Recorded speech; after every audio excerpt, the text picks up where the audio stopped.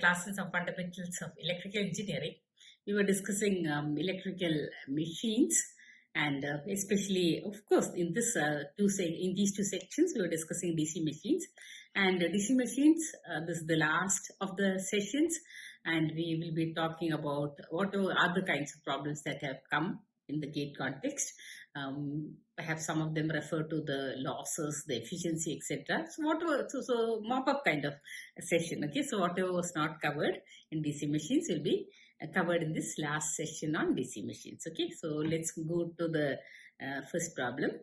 A 5 kilowatt 200 volt DC shunt motor has an armature resistance of 1 ohm and shunt field resistance of 100 ohms. Here immediately a small pause to realize that there is a field current, okay, because it's a shunt motor and equal to 200 divided by 100, 2 amps. Okay, so if you go like this, okay, and if you jot down in a piece of paper immediately, then you will be more focused on the method of doing the problem. Okay, so 2 amps is now okay for IF. At no load, the motor draws 6 amps. What follows immediately? Remove 2 amps for the field, and so 4 amps enters the armature supply and runs at 1000 rpm. So no load speed is equal to 1000 rpm. Okay, the rotational losses of the machine is what? Okay, so rotational losses is occurring is what, and the no load torque is what? Okay, so they both are connected. So what is rotational loss? Rotational loss is associated with the just the machine running and drawing a current for that. Okay, so how much is it? It's the same as equal to, you can find out EB multiplied by the current. Okay, so EB is equal to 200 minus 4 by 4, because from 6 amps 2 is gone to the field. Okay, so the EB is equal to 200 minus 4 into 1. Okay, because 1 ohm happens to be the armature resistance. So 196 and 196 and the armature current is 4. So 4 into 196 will give you the no load loss. Okay, so that's one thing. Second is, of course, we see that we have the torque as given by the no load loss multiplied by 60 divided by 2 pi n, and the no load speed is 1000. Just simply substitute, you see that it's the same is equal to 7.49 Newton meter, whereas in the other case it was 784 watts. Okay, so easy. Let's look at the next problem. 200 volt 10 kilowatt lap wound. Okay, so number of parts will be equal to number of poles. Okay, DC generator has 10 poles, okay, and 500 conductors on its armature. If the pole face covers 80% of the pole pitch, okay, so what's the pole pitch? 500 conductors divided by 10 poles. Okay, for the phase conductors required to fully compensate the armature reaction is how many? Okay, so this is always per pole. Okay, so per pole is asked. So what we do is that we find out 500 by 10 to get the pole pitch, multiplied by 0.8 and then divide again by 10 to get per pole how many conductors are required. Okay, so it's just a formula that you can substitute, and you can see that in this case it is equal to 4. Okay, again I repeat, 500 number of conductors divided by number of poles, okay, multiplied by 0.8 and then divide by 10. Okay, to distribute the whole thing amongst the different poles. Okay, so let's see the next one. The next one is a little different, and it's the third problem. Consider permanent magnet DC motor. Okay, so now we see. Okay, so far we might have talked about the shunt and series motor, etc., wherein there is a field winding. Okay, so there's no winding here. We have just a permanent magnet for the motor. Okay, which is initially at rest. Okay, so that's so far so good. At t equal to 0, DC voltage of 5 volt is applied to the motor. Okay, so it was at resting, and then we are starting the machine by applying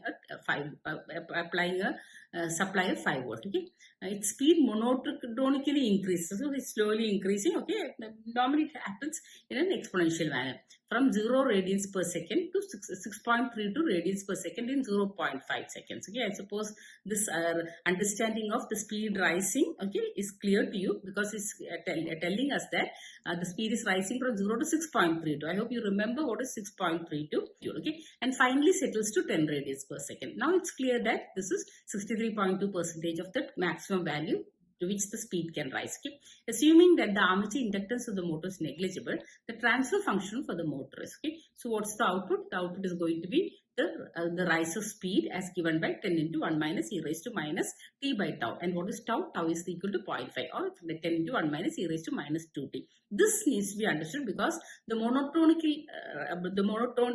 rise can be equated to an exponential rise. Okay, so that's and the final value is 10. So 10 into 1 minus e raised to minus 2t. Okay, and what is the input? Input is the same as equal to the 5 volts that you have applied to increase the speed. Okay, so Laplace transform of the output, because transfer function is asked, Laplace transform of the output is the same as equal to 10 into 1 by s minus 1 by s plus 2. E raised to minus 2t gives you 1 by s plus 2. 1 gives you 1 by s. Okay?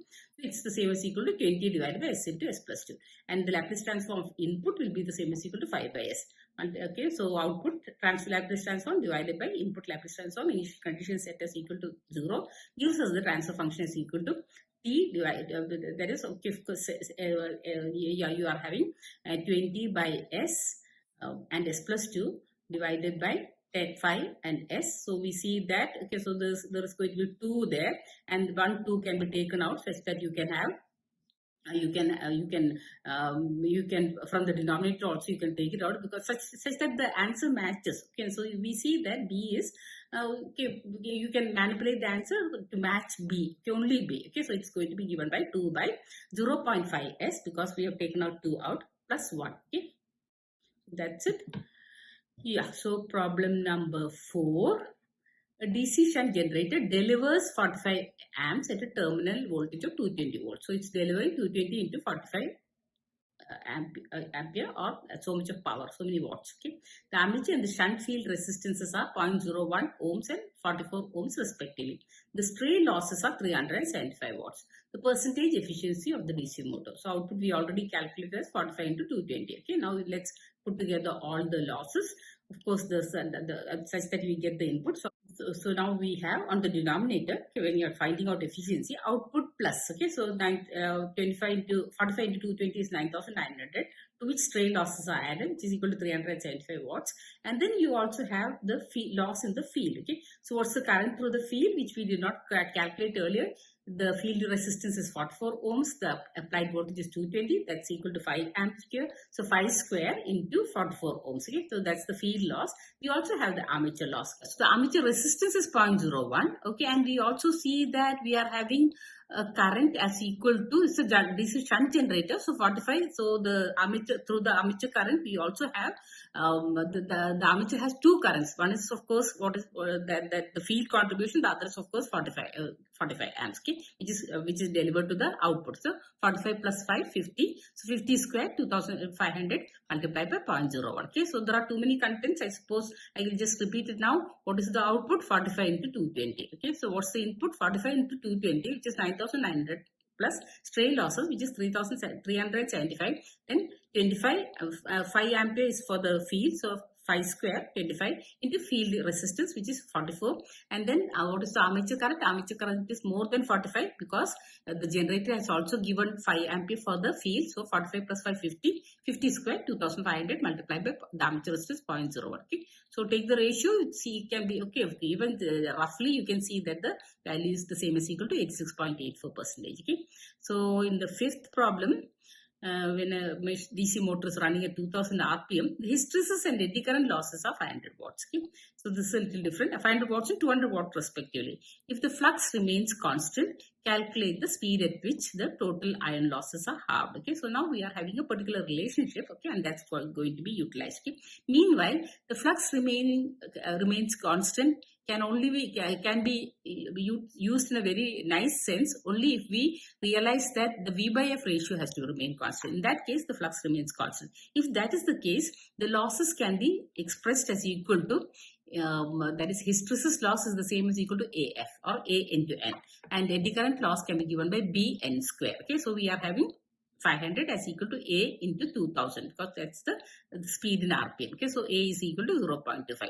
So, and 200 is the same as equal to B n square. So, B is equal to 0.00005. Okay. So, both after calculating these two values, we want to find out the case when the iron losses are halved. Okay. So, what about the iron losses being halved? It will be the same as equal to 100 watts. Okay. And then at that time, since the hysteresis loss is also proportional to speed, we'll have to see that only half of the hysteresis losses will remain. So 250 plus 100, that's equal to 350, is the same as equal to 0.25 n plus 0.0005 n square. Okay, so you can solve for n is equal to 1140. Okay, again I repeat, so long as V by F ratio remains constant, the flux remains constant, and in that case you can always talk about two constants. One is A, which talks about the relation of the hysteresis loss with respect to speed. So AN is equal to the hysteresis loss. In this case, A into 2000 is equal to 500. So you get a value for A. Okay.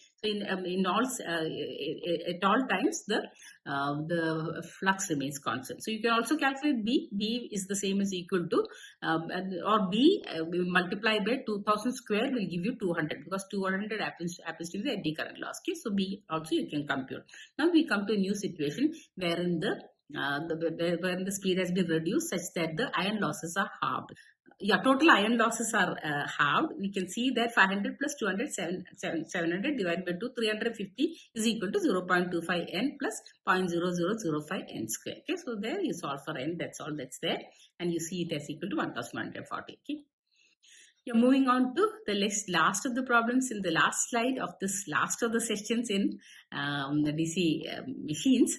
We have a separately excited DC motor which is driving a fan load whose torque is proportional to the square of the speed. Okay, so torque is proportional to n square. Okay, when 100 volts are applied to the motor, the current taken by the motor is 8 amps. So the speed being 500 rpm. So it's a new situation altogether.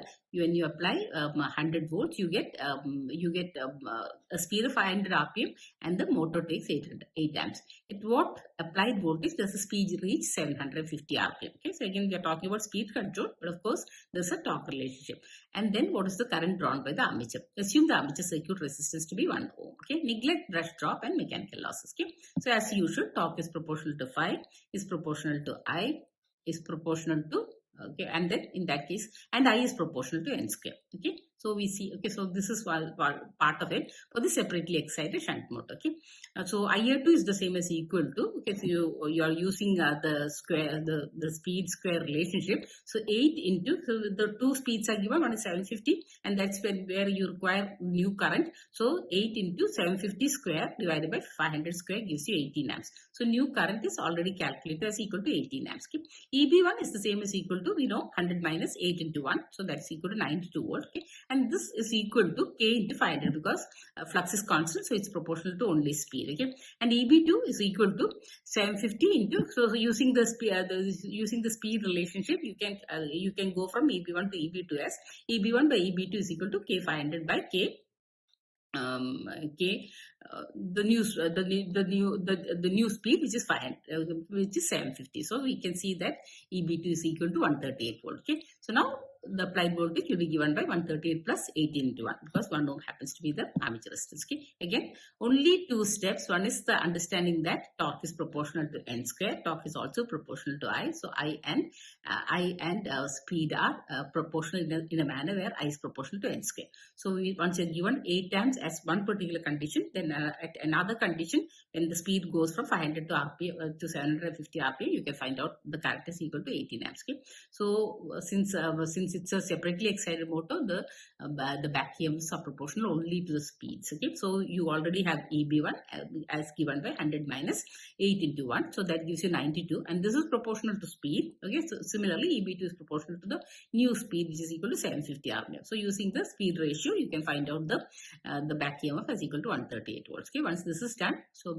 new back EMF, there is a current, so together the applied voltage can be obtained as 138 plus 18 into 1. Okay, I suppose most of the problems are very easy and clearly installed in your mind, such that you can easily remember the process. Always think in terms of torque first, because torque is going to the torque is actually what connects between the motor and the load. Okay, so and that's exactly why a motor is built, to cater to the load. So first think in terms of the torque, and that perhaps gives you some understanding about the current, and from the current you can think in terms of the back EMF, and back EMF is proportional to both flux and speed. So in certain cases the flux is absent, in certain cases the speed may not be absent. You can similarly obtain any number of cases of the back EMF, and once that is clear, is it a generator or is it a motor? Based on that, the applied voltage, everything becomes clear. Okay, sometimes you have to insert a new resistance. Every aspect can be computed based on the starting point. The starting point normally is proposed that you start from the top. Okay, so thank you.